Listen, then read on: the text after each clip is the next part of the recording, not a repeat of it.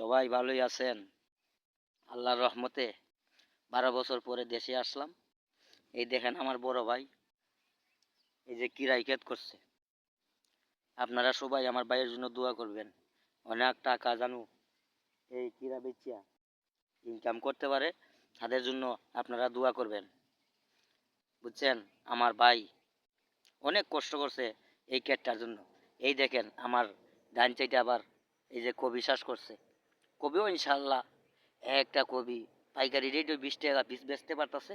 আপনারা দোয়ায় ইনশাল্লাহ আপনারা সবাই দোয়া করবেন আমার ভাইয়ের জন্য।